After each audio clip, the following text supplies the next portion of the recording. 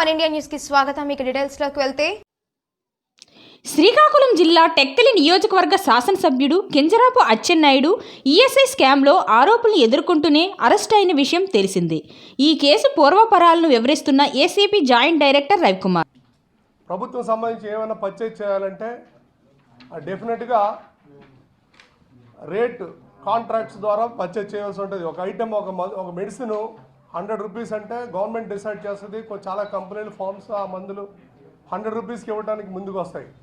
అలాంటి medicines 100 rupees medicine 150కి 200 రూపీస్కి కూడా కోట్ చేసి ఈ డైరెక్టర్స్ అండ్ స్టాఫ్ ఇదంతా కొల్యూడ్ అయ్యి ఈ మందులు కానీ ఫర్నిచర్ కానీ ఎక్విప్మెంట్ పర్చేజ్ చేయడం జరిగింది. సుమారు 106 కోట్లు విలువ చేసే మందులు నాన్ కాంట్రాక్ట్ రేట్ కాంట్రాక్ట్స్ ద్వారా పర్చేజ్ చేయడం జరిగింది.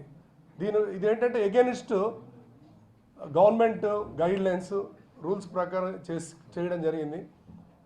రెండోది ఏంటంటే 1 lakh అబోవ్ ఏదైనా గవర్నమెంట్ ఆర్టికల్స్ పర్చేజ్ చేయాల్సి వచ్చినప్పుడు డెఫినెట్గా వాళ్ళు ఈ ప్రొక్యూర్మెంట్ ద్వారా పర్చేజ్ చేయాలి. ఓపెన్ టెండర్స్కి వెళ్లకుండా డైరెక్టర్స్ వీళ్ళంతా లోపాకరంగా కొన్ని ఫర్మ్స్తో టైఅప్ అయ్యి ఈ లిమిటెడ్ టెండర్ సిస్టమ్ అని ఒక కొత్త వరవడిని తీసుకొచ్చి దాని ద్వారా వాళ్ళకి ఈ అలాట్ చేసి ఈ పర్చేజ్ చేయడం జరిగింది. అందులో సుమారు 400 కోట్లు పెట్టి ఈ టెండర్స్ని ఇగ్నోర్ చేస్తూ ఈ ప్రొక్యూర్మెంట్ని ఇగ్నోర్ చేస్తూ పర్చేజ్ చేయడం వల్ల అందులో కూడా ప్రభుత్వానికి ఖజానాకి చాలా నష్టం జరిగింది. ఈ దర్యాప్తులో ఇంకో విషయం ఏంటంటే ఈ ఈఎస్ఐ తాలూకా డైరెక్టర్స్ అపాయింట్ చేసిన ఈ ఎంప్లాయీస్ స్టాఫ్ ధనలక్ష్మి అనే వాళ్ళ అబ్బాయి ద్వారా అప్పటికప్పుడు కొన్ని ఈ కంపెనీలు కొత్తగా పుట్టుకొచ్చాయి. దాని ద్వారా వీళ్ళు అలాగే వేణుగోపాల్ అని మన అమరావతి మెడికల్స్లో టెక్నీషియన్ ఆయన కూడా ఒక పార్ట్నర్ కింద మెడికల్ షాప్ పార్ట్నర్ కింద కాంట్రాక్ట్ కుదుర్చుకొని ఎంఓయు కుదుర్చుకొని ఈ ఈఎస్ఐ మందులకి వాటికి సప్లై చేయడం జరిగింది. అలాగే ఇప్పుడు మీ దర్యాప్తులో ఇంకొక విషయం ఏంటంటే అసలు ఏవైనా మందులు కొనాలంటే కింద హాస్పిటల్స్ నుంచి డిస్పెన్సరీస్ నుంచి కూడా వాళ్ళకి ఇండెంట్స్ వస్తాయి. మాకు ఈ మందులు అవసరం ఉంది మాకు అని చెప్పి వాళ్ళు ఇండెంట్స్ పెడతారు. ఆ ఇండెంట్స్ని బేస్ చేసుకొని వీళ్ళు పర్చేజ్ చేయాలి. అది కూడా కొంచెం పక్కకు నెట్టేసి ఇప్పుడు జాయింట్ డైరెక్టర్ జనార్దన్ అని కడపలో ఉన్నారని డాక్టర్ అసిస్టెంట్ సివిల్ సర్జన్ ఆయన 24 ఇండెంట్స్ మన పర్చేజ్ ఆర్డర్స్ ప్లేస్ చేశారు. 4 కోట్లు సుమారు 4 కోట్లు విలువైన మందులు అవసరం లేకపోయినా ఆ మందులు రిక్వైర్మెంట్ లేకపోయినా అలాంటి మందులు పర్చేజ్ చేసిన మందులు కూడా డిస్పెన్సరీస్ కానీ హాస్పిటల్స్ కానీ ప్రాపర్గా డిస్ట్రిబ్యూట్ అయ్యాయని చెప్పిన కూడా ఎక్కడ డాక్యుమెంట్స్ లేవు. అది కూడా దర్యాప్తులోని స్టాక్ రిజిస్టర్లో వెరిఫై చేస్తే ఎక్కడ కూడా టాలీ అవ్వలేదు. ఇవన్నీ కూడా అలాగే కొన్ని కంపెనీలు ఈ మధ్యకాలంలో ఏర్పడిన అమరావతి మెడికల్స్ కానీ తిరుమల మెడికల్స్ కానీ ఈ 2019 తర్వాత అన్నీ క్లోజ్ చేశారు. అంటే ఆ పర్టికులర్ పీరియడ్లో అవి సడన్గా ఏర్పడ్డాయి. ఎప్పుడైతే ఈ సప్లై చేయడం జరిగిందో ఈ 2019 అయిన తర్వాత ఈ షాప్స్ కూడా ఇప్పుడు ఇన్వెస్టిగేషన్లో దర్యాప్తులో వెరిఫై చేస్తే ఆ షాప్స్ ఇప్పుడు క్లోజ్ చేయబడి ఉన్నాయి. వీళ్ళందరూ కూడా లోపాకారంగా చేయడం వల్ల అలాగే ఇంకొకటి ఏంటంటే హెల్త్ టెలి సర్వీస్ కూడా అది కూడా ఉంది రెండో కేసు. అందులో అచ్చెన్నాయుడు గారు డైరెక్టర్స్ని ఒక 3 letters ఆయన ఇవ్వడం జరిగింది. అందులో ఏంటంటే ఆర్డర్ చేస్తూ ఈ ప్రమోద్ రెడ్డి అని ఆయన డైరెక్టరు, నీరజారెడ్డి అని అసిస్టెంట్ వీళ్ళిద్దరు కలిపి వాళ్ళు కోట్ చేయడం జరిగింది.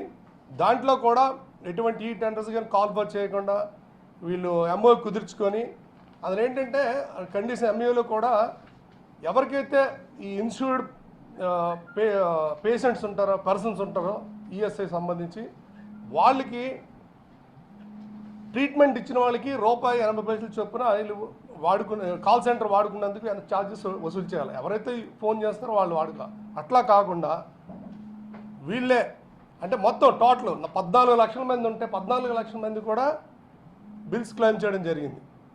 అది ఎగెనిస్ట్ ప్రొసీజర్ అన్నమాట. ఎవరైతే సర్వీస్ వాడుకుంటారో వాళ్ళకి క్లెయిమ్ చేయాలి, అట్లా చేయలేదు. అది కూడా కొన్ని మా ఇన్వెస్టిగేషన్లో వెరిఫై చేస్తే ఎవరైతే వాళ్ళు కాల్ డేటా ఎవరైతే ఈ కాల్ సెంటర్ యూజ్ చేస్తారో వాళ్ళని వెరిఫై చేస్తే ఆ కాల్స్ అన్నీ తెలంగాణ సంబంధించినవి, ఆంధ్ర కాల్స్ ఏమీ లేవు. వాళ్ళు సబ్మిట్ చేసిన ఏదైతే కాల్ బిల్స్ పెట్టారో అన్నీ కూడా తెలంగాణ సంబంధించినవి, అది కూడా ఫేక్.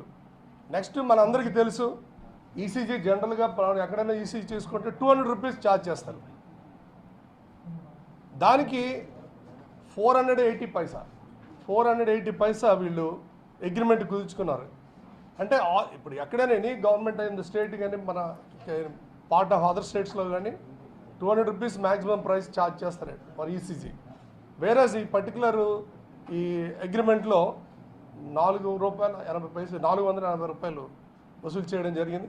ఇవన్నీ కలిపి సుమారు 4 కోట్ల వరకు వాళ్ళకి పేమెంట్ చేయడం జరిగింది. అంటే ఇట్లా ఇవన్నిట్లో అలాగే బడ్జెట్స్ కూడా డైవర్ట్ అయ్యాయి. యాక్చువల్గా వీళ్ళు 233 కోట్లు 200 ఈ పర్చేసింగ్ ఆఫ్ కిట్స్ మెడిసిన్స్కి అలాట్ చేస్తే అందులో వాళ్ళకి ఆ బడ్జెట్ లేదు. బియాండ్ బడ్జెట్ ఎక్సెస్ బడ్జెట్ వాడి వేరే హెడ్ ఆఫ్ అకౌంట్స్లో కూడా సుమారు 132 కోట్లు వాళ్ళు డైవర్ట్ చేసి ఆ బిల్స్ నుంచి ఫర్నిచర్ కొన్ని బిల్ని తీసుకెళ్ళి మెడిసిన్లో అట్లా ఆ హెడ్ ఆఫ్ అకౌంట్స్ కూడా మార్చి వాళ్ళు స్పెండ్ చేయడం జరిగింది. అలాగే గవర్నమెంట్ 230 కోట్లు బడ్జెట్ అలాట్ చేస్తే వాళ్ళు 650 కోట్ల వరకు పర్చేజ్ ఆర్డర్స్ ప్లేస్ చేశారన్నమాట. అంటే 140% వాళ్ళు బడ్జెట్ అలాటెడ్ బడ్జెట్ కన్నా వాళ్ళు ఎక్కువ ప్రొజెక్ట్ చేసి పర్చేసింగ్ ఆర్డర్స్ ఇవ్వడం జరిగింది. ఇవన్నీ కూడా ఈ టెండర్స్ని ఇగ్నోర్ చేయడం, సొంత వాళ్ళ తాలూకా లోపగారు వాళ్ళతోనే మందుల షాపులు పెట్టించి వాళ్ళ ద్వారా అంటే కొన్ని ఆథరైజ్డ్ ఇప్పుడు లెజెండ్ ఎంటర్ప్రైజెస్ అని ఉంది, ఓమ్ని అని ఉంది, నెక్స్ట్ వీళ్ళందరూ కొన్ని కంపెనీలు ఉన్నాయి. They are not authorized from the proprietors. ఎవరైతే ఓనర్స్ ఉన్నారో కంపెనీ ఫర్మ్ ఓనర్స్ వాళ్ళకి కన్సెంట్ లేకుండా వీళ్ళే ఆథరైజేషన్ లేకుండా వీళ్ళే కొటేషన్స్ చేశారు. అలాగే కొన్ని ఇన్వెస్టిగేషన్లు ఏంటంటే ఈ bills fake letter heads of the particular company వేరే కంపెనీలో మేనేజర్ వాళ్ళని మేనేజ్ చేసుకొని ఆ కంపెనీ కోట్ చేస్తున్నట్టు ఫ్లోట్ చేశారనమాట.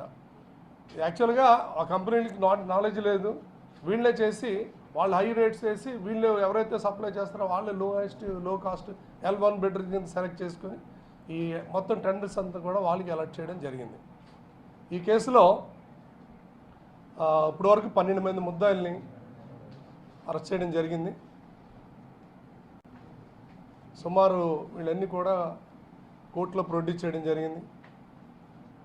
18 సార్లు వీళ్ళు స్పెషల్ ఏసీబీ కోర్టులో అలాగే హైకోర్ట్స్లో ఆనరబుల్ హైకోర్ట్స్లో కూడా వీళ్ళు బెయిల్ పిటిషన్ మూవ్ చేయడం జరిగింది. అలాగే యాంటిసిపేటరీ బెయిల్ కూడా ఎవరైతే కొంతమంది అబ్స్టాండింగ్ ముద్దాయిలు ఉన్నారో వాళ్ళ యాంటిసిపేటరీ బెయిల్ కూడా హైకోర్టులో మూవ్ చేశారు. ఏజీ గారు వాళ్ళ టీం వాళ్ళ లీగల్ మ్యాటర్స్లో అందరూ మాకు కూడా చక్కని టీం వర్క్తో సపోర్ట్ చేసి మాకు అసిస్ట్ చేయడం జరిగింది.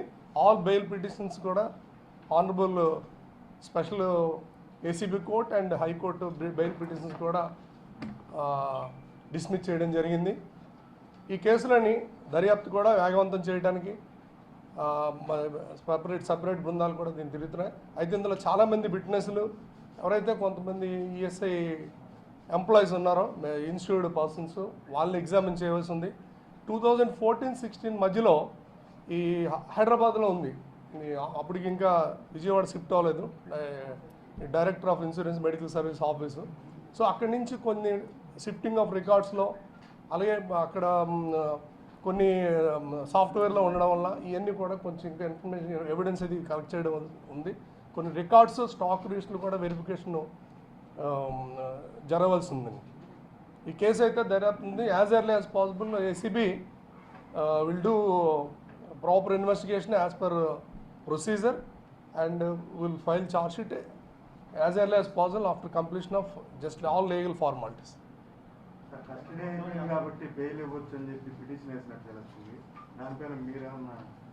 మా ఇన్వెస్టిగేషన్ పెండింగ్లో ఉంది కాబట్టి there is likelihood of any using of influence అన్నమాట against the witnesses, tampering of evidence ఉంది కాబట్టి you always will argue bail argument చేస్తాం. మాజీ మంత్రి అచ్చెన్నాయుడు పాత్రని ఏ విధంగా గుర్తించారు సార్? కేవలం సిఫార్సులు చేసిన ప్రాతిపదికన ఆయన ఇన్వెస్టిగేషన్ చేస్తారా లేకపోతే? ఎస్, అదే లెటర్స్ అంటే మరి అలాంటి అంటే ఆర్డర్స్ అలా ఇవ్వకూడదు. అది ఎగెనిస్ట్ దట్ బికాస్ ఆఫ్ అంటే అది ఇవ్వడం వల్ల వీళ్ళు ఏదైతే కంపెనీలు ఉన్నారో వీళ్ళందరూ కూడా intelligent in malpractice, financial loss to the government. ప్రజాప్రతినిధులు కాబట్టి సహజంగా ఎవరు వచ్చినా కానీ సిఫార్సులు చేస్తున్నారు. కానీ చూసుకోవాల్సిన బాధ్యత ఈఎస్ఐ డైరెక్టర్స్ సిబ్బంది మీద ఉంది.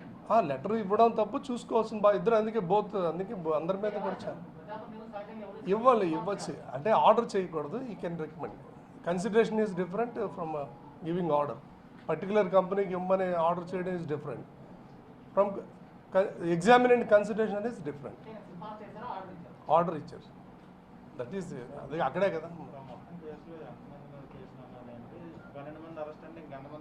ఇంకా 7 ఆల్రెడీ ఐడెంటిఫైడ్, మొత్తం 19 అక్యూజ్డ్ ఆల్రెడీ ఐడెంటిఫై అయ్యారు.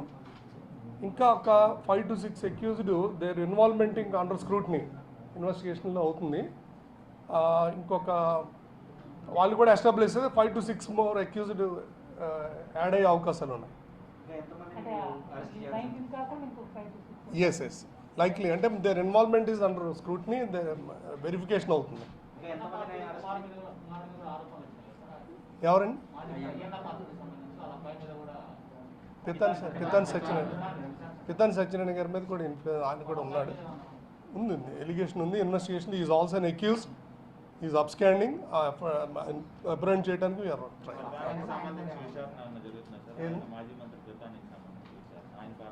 ఆయన ఇప్పుడు వరకు అబ్బాయిది ఏదో ఉంది అది ఆల్రెడీ ఇన్వెస్టిగేషన్లో ఎస్టాబ్లిష్ అయింది. It is we are making efforts and to కానీ ఈజ్ ఫోర్స్ టు సార్ కొంచెం ఎవిడెన్స్ ఉంది that will be disclosed after. ఇస్తాను, లిస్ట్ ఇస్తాను. ఇప్పుడు యాజ్ పర్ ఇంకొక 7 ఆల్రెడీ 12 మంది చేసాం. ఇంకొక 7 ఐడెంటిఫైడ్ అక్యూజ్ని అప్రెంట్ చేయాలి. ప్రమోద్ రెడ్డి, నీరజ్ రెడ్డి, వెంకట్, ఇంకా విజయవాడలో నుంచి ఉన్నారు. ఇంకొక private pass already Murali PNR చేశారు. ఇంకా ఇట్స్ అండర్ స్క్రూటినీ. అది దట్స్ వాట్ రిమైనింగ్ అక్యూజ్లో ఇంకా government officers or private persons include అయ్యే అవకాశం ఉంది. 5 to 6 it's under investigation.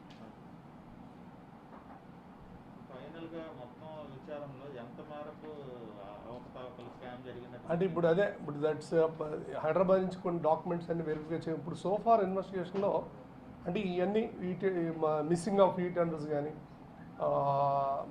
Non rated కాంట్రాక్ట్స్కి purchase చేయడం కానీ ఓన్ బినా ఇవన్నీ కలిపి 150 crores అరౌండ్ దగ్గర మనకి అవినీతి అక్రమాలు జరిగినాయి, అవినీతి కూడా జరిగినట్టు రూఢి ఇప్పుడు వరకు ఎస్టాబ్లిష్ అయింది.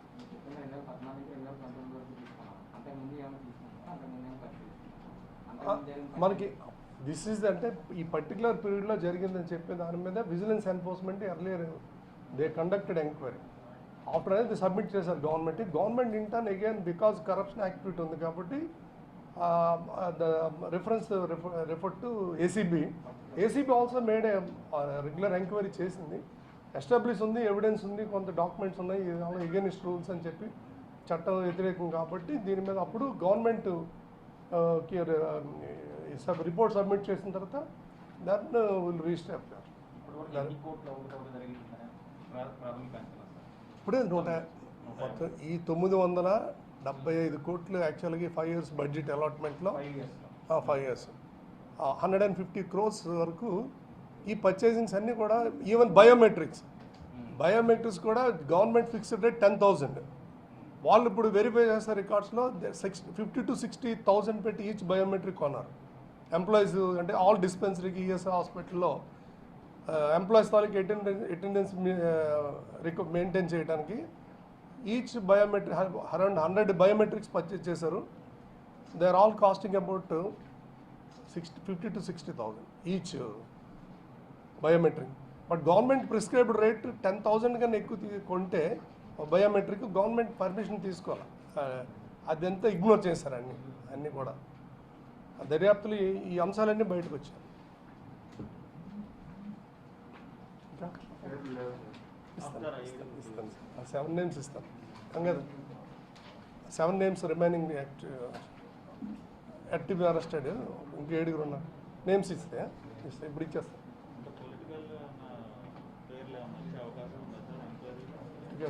ఇప్పుడు వరకే కదా అంతే. ఇంకా సార్ ఇప్పుడు ఈ నిందితుల మధ్య ఏమన్నా ఫైనాన్షియల్ ట్రాన్సాక్షన్స్ జరిగినవి ఇచ్చారా, లేదా విచారణలు ఏమన్నా క్యాష్ రూపంలో ఇచ్చినట్లు ఏమన్నా చెప్పారా? అంటే మంత్రికి కానీ డైరెక్టర్ కానీ లేదా డీలర్స్ నుంచి ఎవరికన్నా అకౌంట్లోకి వెళ్దాం. నిందితులు అంటే అది మామూలు సరదా వాళ్ళు అడ్మిట్ అవ్వరు కదా మా దగ్గర. అదర్ డాక్యుమెంటరీ ఎవిడెన్స్ బట్టి మనం ఇన్వెస్టిగేట్ అదర్ ఎవిడెన్స్. కానీ వాళ్ళు క్యాష్ డ్రా చేసి పెద్ద మొత్తంలో ఆ రోజు ఏం చేశారనేది అట్లాంటివి ఏమన్నా. ఇప్పుడు మాల్ ప్రాక్టీసెస్ వరకు గవర్నమెంట్ లాస్ వరకు ఎస్టాబ్లిష్ అయింది. ఈ మిస్అప్రోప్రియేషన్ అమౌంట్ ఎట్లా డిస్ట్రిబ్యూట్ అయింది అనేది అది ఇంకా మాది ఇన్వెస్టిగేషన్లో కూడా అది ఇప్పటివరకు రాలేదు. అది కూడా వెరిఫై చేస్తాం. బట్ ఆ ట్రాన్సాక్షన్స్ ఎలా జరిగిందో అని మనం చెప్పలేం. వాళ్ళు కూడా అడ్మిట్ అవ్వరు కదా.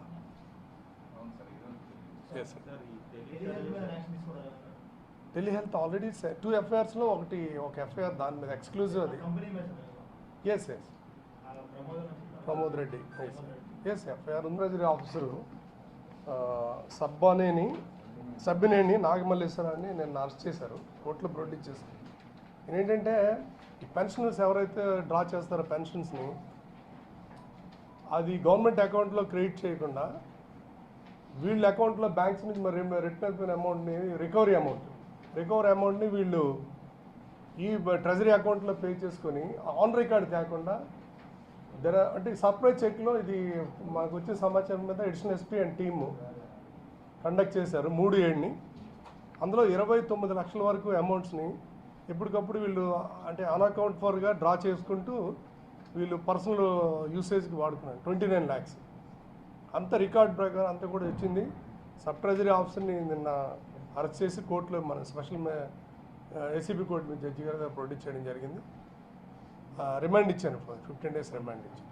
ఇంకో 1 more ఎక్కింది ఉన్నారు. ఇంకా ఇన్వెస్టిగేషన్ ఇస్ ప్రోగ్రెస్. ఇంకా ఫర్దర్ ఇన్వాల్వ్మెంట్ కనెక్టెడ్ ఎవరు ఉందో లయబిలిటీ ఉంది, అది ఇన్వెస్టిగేషన్ అవుతుంది. అది 2016 నుంచి ఇది రికవర్డ్ అమౌంట్ పెన్షన్ అంటే చనిపోతారు కదా పెన్షనరు ఆఫ్టర్ డెత్ వాళ్ళకి పెన్షన్ డ్రా అయిపోద్ది 2-3 అలా వెళ్ళిపోద్ది 6 months డెత్ ఇంటిమేషన్ వెళ్ళిన వరకు ఈ డిలే అవుతుంది. డెత్ ఇంటిమేషన్ వెళ్ళిన వరకు ట్రెజరీకి రాదు ఇంటిమేషన్. వాళ్ళు పెన్షన్ డ్రా చేసి కన్సర్న్ బ్యాంక్స్లో డిపాజిట్ అయిపోతుంది. వీళ్ళు ఒకసారి డెత్ కన్ఫర్మ్ అయిన తర్వాత వీళ్ళు ఏం చేస్తారంటే బ్యాంక్కి మళ్ళీ రికవరీ పెడతారు. బ్యాంక్ రికవరీ చేసిన తర్వాత అమౌంట్ని గవర్నమెంట్ అకౌంట్ డిపాజిట్ అవ్వాలా, అలా కాకుండా మళ్ళీ ట్రెజరీ DD అకౌంట్లో డిప్యూటీ డైరెక్టర్ అకౌంట్లో అది రెమిటెన్స్ అయ్యి ఈ అమౌంట్ని ఆన్ రికార్డ్ కాకుండా వీళ్ళు సొంతానికి డ్రా చేయడం వీళ్ళు చేయకుండా వాడే అలాగా వెరిఫికేషన్ మన సర్ప్రైజ్ చెకింగ్లో 29 lakhs వరకు క్యాలిక్యులేషన్ చేస్తే ఎలా ఎన్ని డ్రా చేశారు ఎవరెవరు డెత్ కేసుల్లో జరిగిందని అది 29 lakhs వచ్చింది. ఇంకా మెయిన్ డెత్లే అయ్యే కదా రికవర్ అవుతాయి. అవే మెయిన్ రికవర్ అయ్యేది ఇచ్చేస్తాను. ఛాన్స్ సార్ లేదు.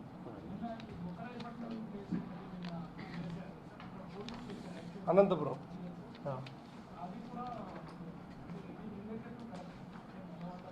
ట్రెజరీది సమ్ అరౌండ్ 15 kilos అని అది కూడా నేను న్యూస్లోనే చూశాను. అది అనంతపురం అది లోకల్ పోలీస్ ఏది నిధి ఉంది ఆ నిధులు డ్రైవరు అది అనంతపురం మరి అది అంటే ఫ్యాక్ట్స్ తెలియదు మనం అన్నీ చెప్పలేండి. అది సమ్ వితౌట్ ఓకే.